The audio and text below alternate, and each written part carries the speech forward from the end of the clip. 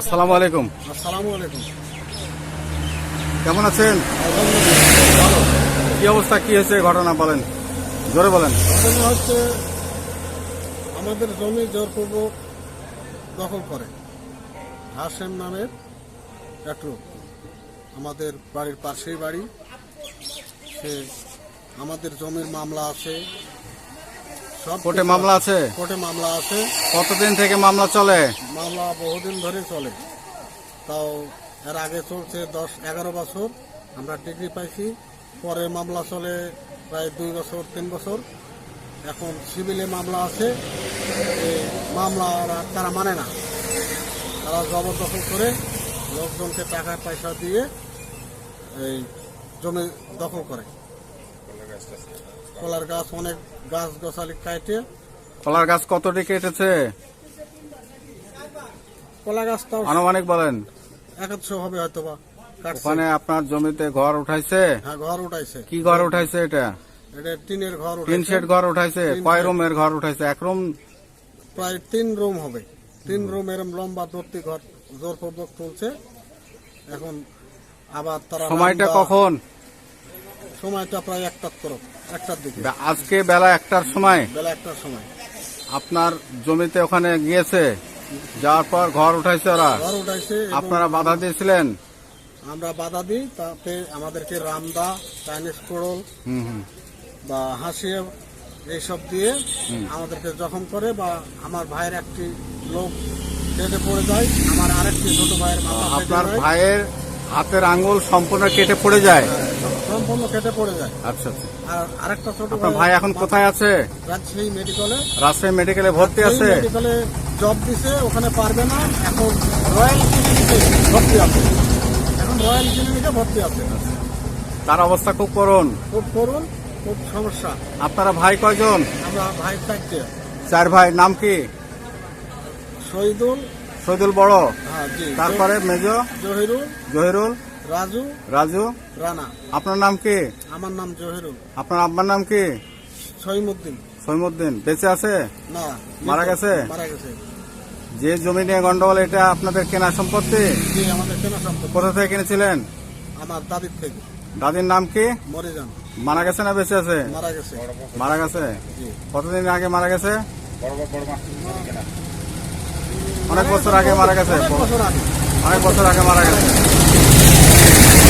আপনাদের আপনাদের ক্রয়কৃত সম্পত্তিতে আপনারা ভোগ দখলে ছিলেন? জি, আমরা আমার জন্মের পর থেকে আমরা ভক্ত বলে আছি।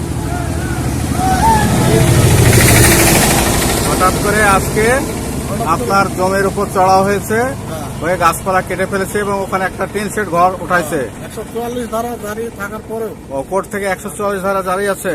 জারি আছে। তারা এবং- জারি মানেনি, না, নিষেধ তারা- অমান্য করছে, আইনকে অমান্য করছে, আইনকে আইনকে অমান্য হাতে করছে। তুলে নিছে। জি, আচ্ছা।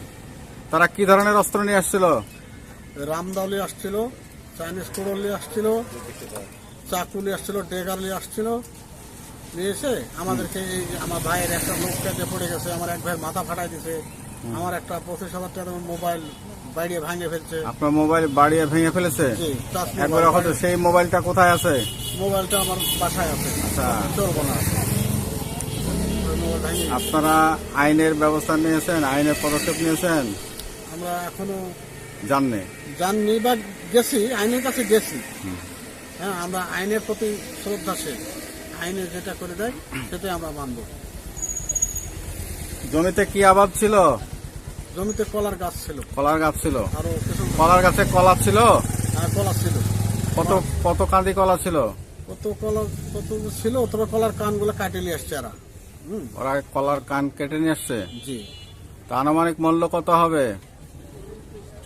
1 লাখ টাকা হবে? 50,000? 50,000 হবে। 50,000 টাকার মূল্যের কলার গাছ বা কলা কেটে ফেলছে, কেটে ফেলেছে। কেটে নিয়ে চলে আসছে অলরেডি। জি আজকে বেলা 1টার সময় এই ঘটনা। জি জি। আপনারা তাদের সাথে গন্ডগোল করেননি? আমরা বাধা দিছি, আমরা তাদের সাথে গন্ডগোল করিনি। আপনাদেরকে কি গালিগালাজ করেছে? আমার মাকে মারছে, আমার বোনকে মারছে। মারছে? হ্যাঁ, তারা আবার আমাদেরকে 4 ভাইকেই মারছে তারা। 4 ভাইকে মারছে? 4 ভাইকে মারছে।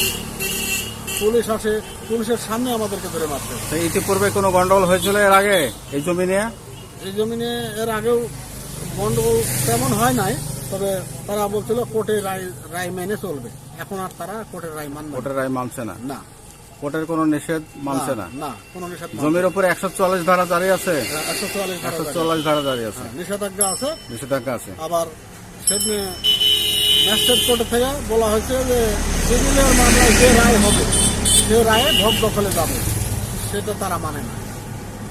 তারা জোরপূর্বক বাড়ি করবে, ওই কিছু মানুষকে টাকা এখন দিচ্ছে। আপনাদের হুমকি টুমকি দিচ্ছে, হ্যাঁ, আমাদেরকে হুমকি দিচ্ছে, আমাদেরকে প্রাণনাশের হুমকি দিচ্ছে। প্রাণনাশের হুমকি দিচ্ছে, মেরে ফেলবে। এতে আমরা আপনাদের বাড়ি টেকা থেকে মুশকিল বেরোতে হয়ে গেছে, পারতেছি না, বাড়িতে টেকা মুশকিল হয়ে গেছে। বাড়িতে টিকতে পারতেছি না। হ্যাঁ। আচ্ছা।